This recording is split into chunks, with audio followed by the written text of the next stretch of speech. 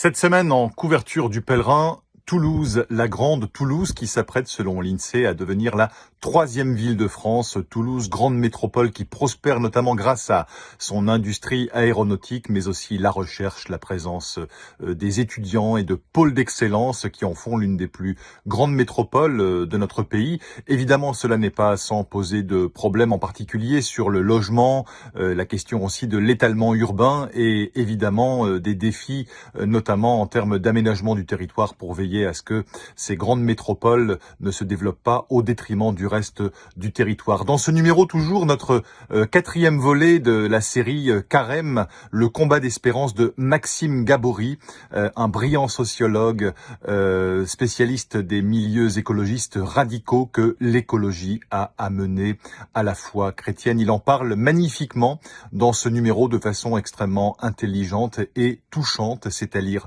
dans le Pèlerin de cette semaine. Bonne semaine. Bonjour, les psaumes de l'Ancien Testament, la une de France catholique cette semaine. Le carême est l'occasion de redécouvrir les 150 poèmes qui sont un trésor de louange à Dieu, mais aussi parfois un cri de colère ou de désarroi. Alors l'hebdomadaire vous propose de découvrir la figure attachante du roi David, qui serait l'auteur de 73 psaumes, de comprendre comment prier avec les psaumes, avec un moine bénédictin du Barou, et puis d'être éclairé sur ce que les psaumes disent de Jésus, notamment du Christ souffrant. Dans France catholique également, place à l'actualité avec le témoignage d'Olivia Morel, qui est née par GPA. Elle lance un appel à l'abolition universelle de la gestation pour autrui. Elle n'hésite pas dans l'hebdomadaire à parler de nouvel esclavage. Et puis comme chaque semaine, le Tour de France des saints des diocèses, halte à Belfort, où l'on vénère Sainte Marianne qui est née dans la ville. Elle est entrée chez les carmélites de Compiègne. Elle est donc montée à l'échafaud avec ses sœurs sous la Terreur en 1794. Bien entendu, bien beaucoup d'autres choses à découvrir dans l'hebdomadaire que vous retrouvez sur france-catholique.fr ou sur abonnement. Cette semaine, Famille chrétienne nous parle de la coupe des arbres fruitiers, la coupe de la vigne. Bref, une très belle image du détachement qui convient en ce temps de carême. Couper, émonder, entre nous, c'est pas toujours facile pour nous. On ressemble un peu à ces petits enfants qui, le jour d'aller chez le coiffeur, se mettent à pleurer. Malheureusement ou heureusement, l'évangile est très clair.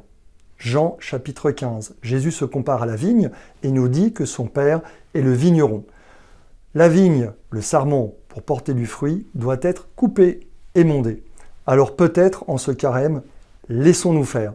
Il ne s'agit pas de couper dans les dépenses publiques, comme avec Elon Musk aux États-Unis, il s'agit de se laisser faire par le Père du ciel.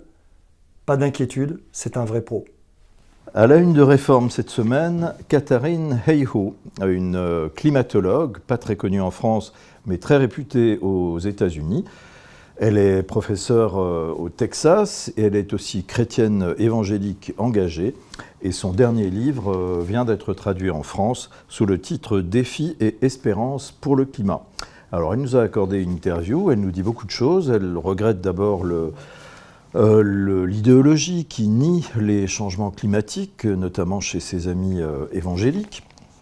Mais elle nous engage aussi à parler du climat, parce que si on n'en parle pas, pourquoi s'en soucier? Et si on ne s'en soucie pas, pourquoi agir? Vous trouverez également dans Réforme cette semaine des témoignages de Gaza, qui revit le cauchemar depuis la reprise des bombardements là-bas. Vous retrouvez aussi toutes les rubriques habituelles de Réforme papier sur abonnement et de Réforme en continu sur réforme.net. Bonne semaine. Cette semaine, dans la vie, vous avez rendez-vous avec Emmanuel Mounier. Le philosophe, auteur du Personnalisme, était un chrétien engagé et exigeant. Il est né il y a tout juste 120 ans, le 1er avril 1905. Nous vous proposons donc de redécouvrir sa trajectoire humaine, intellectuelle, spirituelle, et de voir à quel point sa pensée offre encore aujourd'hui des ressources pour traverser et penser les crises que nous connaissons encore, que ce soit l'individualisme ou le matérialisme notamment.